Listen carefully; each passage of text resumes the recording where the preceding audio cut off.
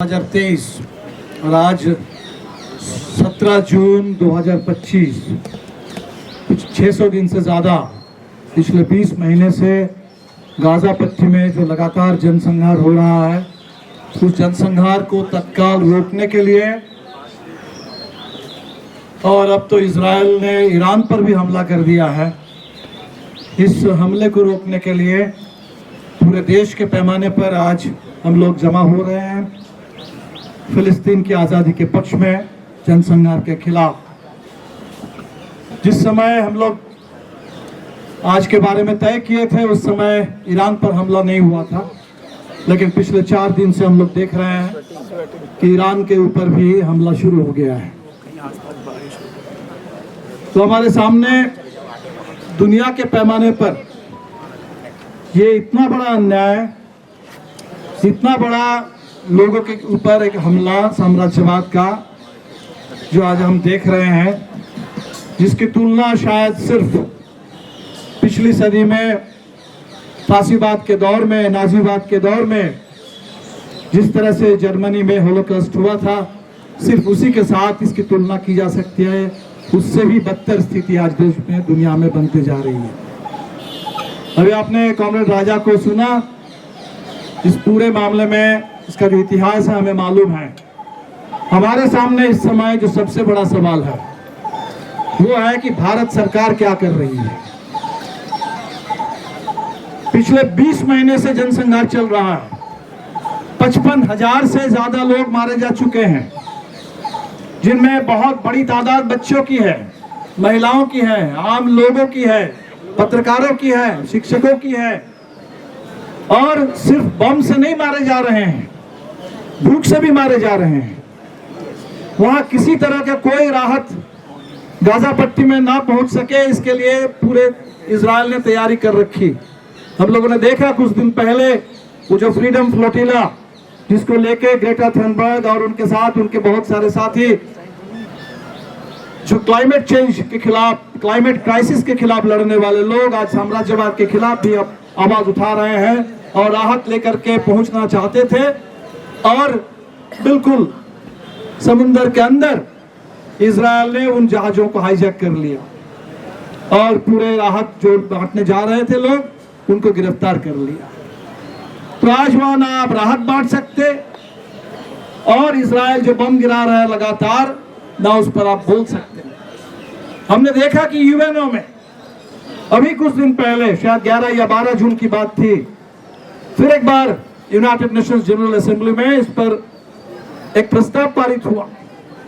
दुनिया के 150 देशों ने, 149 देशों ने साफ साफ कहा कि तत्काल इस जनसंहार पर रोक लगनी चाहिए।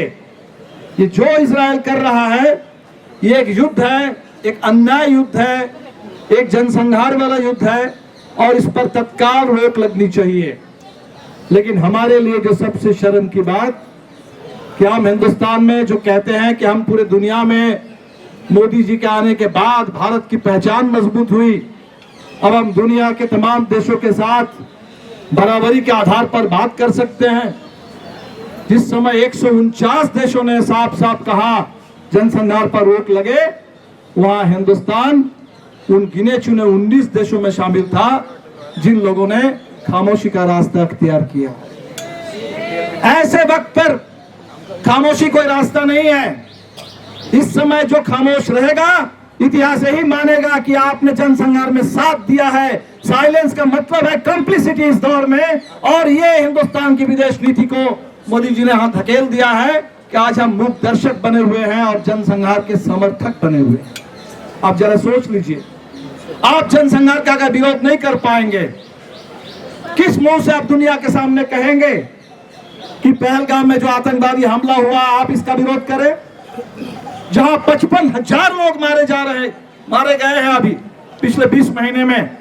55,000 के मौत के खिलाफ, हत्या के खिलाफ अगर आप बोल नहीं सकते, तो हमारे देश में अगर 26 लोग मारे गए आतंकवाद के द्वारा, आप नहीं मांग सकते लोगों का साथ। और हमने देखा इस समय मोदी जी के इस विदेश नीति के चलते हिंदुस्तान पूरा अलग थलग है, पूरा अलग थलग। दुनिया में कहीं कोई हिंदुस्तान के साथ खड़ा नहीं हो रहा है। क्योंकि हम खड़े नहीं हो रहे हैं। हम अगर खड़े नहीं होंगे अन्याय के खिलाफ, जंग के खिलाफ, जनसंहार के खिलाफ, तो हमारे साथ देने के लिए भी कोई नहीं खड़ा होगा। साथियों, पिछले 4 दिन से गाजा के साथ साथ आप ईरान पर हमला, बिल्कुल जो इराक के साथ हुआ था, याद करिए उस समय कहा गया था इराक के पास रासायनिक हथियार है, केमिकल वेपन है, बहुत सारे लोग मारे जाएंगे, और ये बहाना बना करके इराक के ऊपर हमला कर दिया गया, बर्बाद कर दिया गया एक पूरे देश को। और बाद में पता चला कि वहां कोई रासायनिक हथियार था ही नहीं। आज ईरान के बारे में भी वही प्रचार शुरू हुआ है कि ईरान परमाणु हथियार ईरान के पास है। पिछले 30 साल से इजराइल के लोग बोल रहे हैं कि चंद महीनों की बात है, चंद महीनों के अंदर ईरान में बन जाएगा परमाणु हथियार। और अभी अभी अमेरिका के अपना जो खुफिया तंत्र है, उस खुफिया तंत्र ने जानकारी दी, ये बात सरासर झूठ है, ईरान के पास कोई परमाणु हथियार नहीं है। और ईरान ने जो कमिट किया है अपने परमाणु कार्यक्रम के बारे में कि हम शांतिपूर्ण ढंग से उसका इस्तेमाल करना चाहते हैं, परमाणु ऊर्जा का, कोई हथियार बनाने का हमारा इरादा नहीं है। और ये जो कमिटमेंट ईरान ने दिया है उसका कहीं कोई उल्लंघन ईरान ने किया नहीं। लेकिन आज उस ईरान के ऊपर पिछले 4 दिन से लगातार हमले हो रहे हैं। एकमात्र देश जो बचा हुआ है, इराक खत्म, लीबिया खत्म, सीरिया खत्म, तमाम देशों को खत्म करने के बाद आज उस ईरान को खत्म करने के लिए, और वो कह रहे हैं कि ईरान के अंदर अब रेजिम चेंज होना चाहिए। निश्चित तौर पर ईरान के अंदर बहुत तानाशाही है, ईरान की महिलाओं के ऊपर बहुत बर्बर दमन है।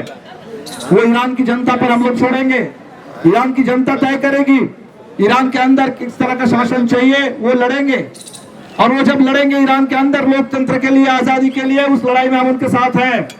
लेकिन इस समय ईरान के संप्रभुता का सवाल है, और ईरान की संप्रभुता को खत्म करके ईरान पर कब्जा जमाने के लिए इजराइल को आगे करके पीछे से अमेरिका है। और बिल्कुल ट्रंप ने तो कह भी दिया एक जगह कि हमें जानकारी थी कि ऐसा हमला होने वाला है। तो साथियों, बहुत बड़ी साजिश, बहुत बड़ी साजिश। लेकिन ईरान के लोग बड़े बहादुरी के साथ लड़ रहे हैं, गाजा पट्टी में भी लोग बहादुरी के साथ जूझ रहे हैं।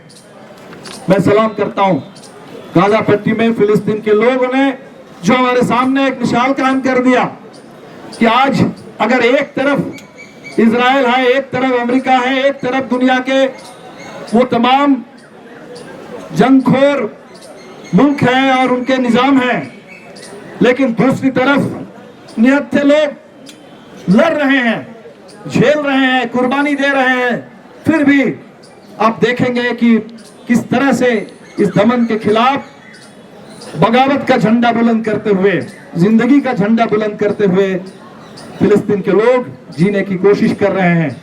और पूरी दुनिया में आज इस समय, जैसे एक समय फांसीवाद के खिलाफ दुनिया में आवाज उठ रही थी, जैसे एक समय वियतनाम की आजादी के लिए अमेरिकी साम्राज्यवाद के खिलाफ पूरी दुनिया एकजुट हो रही थी, आज बिल्कुल उसी तरह दुनिया के पैमाने पर नौजवान तमाम देशों में, जिन देशों की सरकारें इजराइल के साथ है, पश्चिमी देश, वो सारे इजराइल के साथ खड़े हैं।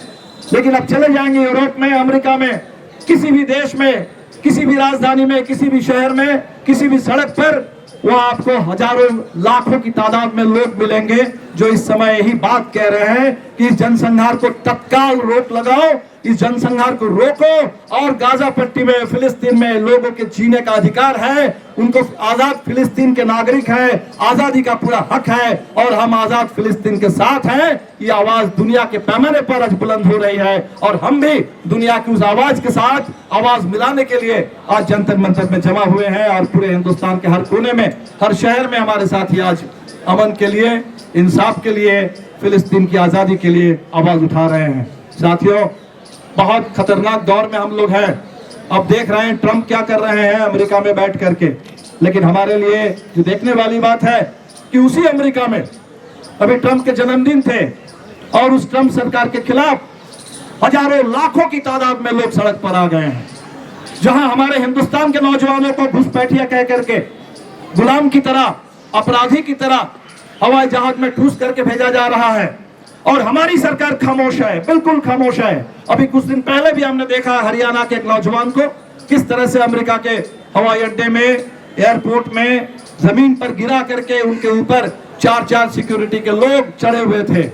लेकिन हिंदुस्तान बिल्कुल खामोश, हमारे प्रधानमंत्री खामोश, और अभी बहुत खुश हैं कि उनको आखिरकार एक न्योता मिल गया।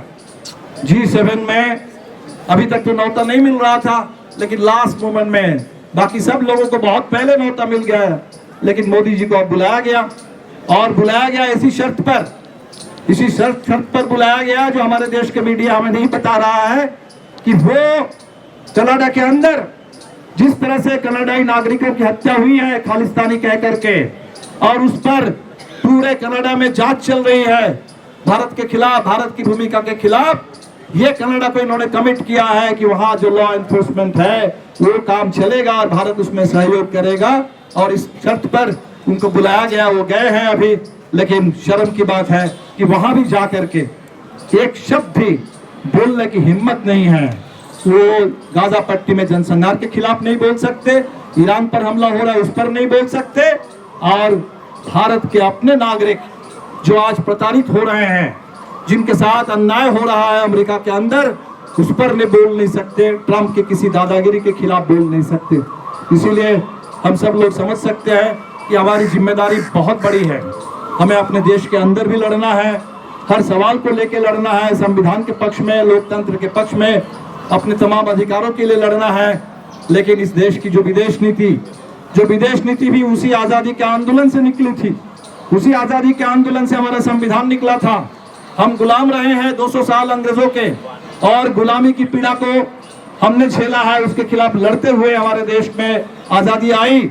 और इसीलिए जो देश खुद गुलामी के दंश को झेल करके उसके खिलाफ लंबे लड़ाई से आजाद हुआ है, वो देश अगर आज गुलामी की पीड़ा को ना समझे और दूसरे देश की आजादी के लिए पक्ष में खड़े ना हो, इससे ज्यादा शर्म की बात कुछ हो नहीं सकती।